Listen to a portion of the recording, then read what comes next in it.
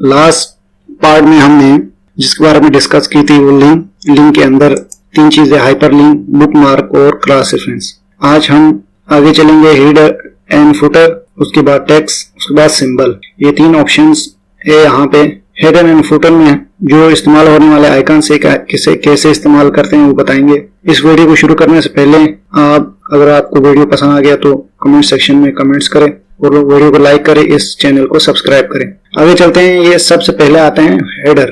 Header उस जगह पर इस्तेमाल किया जाता है जहां पर आपने हेडिंग देना हो और सारे पेजेस पे हेडिंग उसी तरह जारी रहना है, तो वहां पे हेडर इस्तेमाल किए जाते हैं, जिसमें आप ऊपर दरमियान में 3 कॉलम पे यह आप इस्तेमाल कर सकते हैं, जो कि यहाँ पर ब्लैंक 3 कॉलम, आस्टन, ये 3 जगहों पे आप इस्तेमाल कर सकते हैं।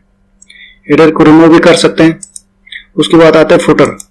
फुटर आप जो पेजेस है जिस पे आप काम कर रहे हैं उसके लास्ट पे फुटर आते हैं, जिसमें आप अपना नाम लिख सकते हैं, पेज नंबर लिख सकते हैं, कोई और हर पेज पे आपने कोई चीज लिख के रखना है तो फुटर में लिखेंगे।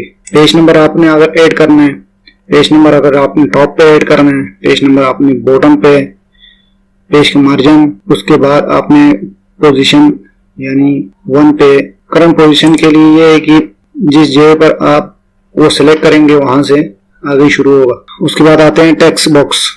टेक्स्ट बॉक्स आमतौर पर वहां पर इस्तेमाल किया जाता है जैसे कि आपने कुछ एक बॉक्स का आइकन आते हैं जिसमें आपने कुछ टाइप करने के बाद उस बॉक्स को दाएं बाएं ऊपर नीचे किसी भी जगह पर आप एडजस्ट कर सकते हैं, क्योंकि कोई भी टेक्स्ट लिख के उसको आगे पीछे दाएं बाएं नहीं हिला सकते, लेकिन आप टेक्स्ट बॉक्स के अंदर ये चीज कर सकते हैं। Explore quick part. Explore quick part, इसमें कुछ टेक्स्ट ऐसे हैं जैसे कि एब्स्ट्रैक्ट, ऑथर, कैटेगरी, तो आप जहां पर सिलेक्ट करेंगे वहां पर ये चीज आ जाएंगे और आप जो जहां पर कर्सर है वहां पर कैटेगरी लिखा है, जैसे कि कैटेगरी लिखा आ रहा है, तो आप जो सभी ऐड करना चाहें ये ऐड कर सकते हैं। आगे आते हैं word art. Word art home के अंदर पहले बता दिया था कि वर्ड आर्ट के बारे में होम के अंदर भी ये आया था, लेकिन यहाँ पे आपको बताते चले कि वर्ड आर्ट में आप अपने टेक्स्ट को इन शेप में, जो शेप दिया हुआ है यहाँ पे, आप इसमें लिख सकते हैं। होम के अंदर text and effect and typography के नाम से ये आया था, लेकिन इंसर्ट के अंदर यहाँ पे वर्ड आर्ट के नाम से, और इसको सिलेक्ट करके आप मुख्तलिफ शेप में मुख्तलिफ हेडिंग के हिसाब से आप वर्ड आर्ट में टेक्स्ट को लिख सकते हैं। आगे आता है सिग्नेचर लाइन। सिग्नेचर लाइन आमतौर पर सबसे नीचे आते हैं और आप अपना सिग्नेचर जो कि अपना नाम इस पे लिख सकते हैं। आप ओके करें, उस जगह पर जहां पर कर्सर है वहां पर आ जाएंगे। आगे आते हैं डेट एंड टाइम।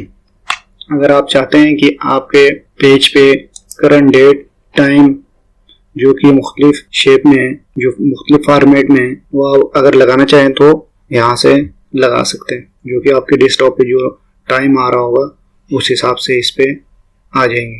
अगर आपने किसी दूसरे फाइल में से कोई ऑब्जेक्ट बना के यहाँ पे इंसर्ट करना हो तो आप ऑब्जेक्ट को क्लिक करें और दूसरे फाइल में काम करने के बाद आप उसको यहाँ पर ऐड कर सकते हैं। जैसे कि पेन है, पेन में अगर हम कुछ नक्शे बनाएं या कोई काम करने के बाद आप इसको यहाँ पे ऐड कर सकते हैं। आगे इक्वेशन है।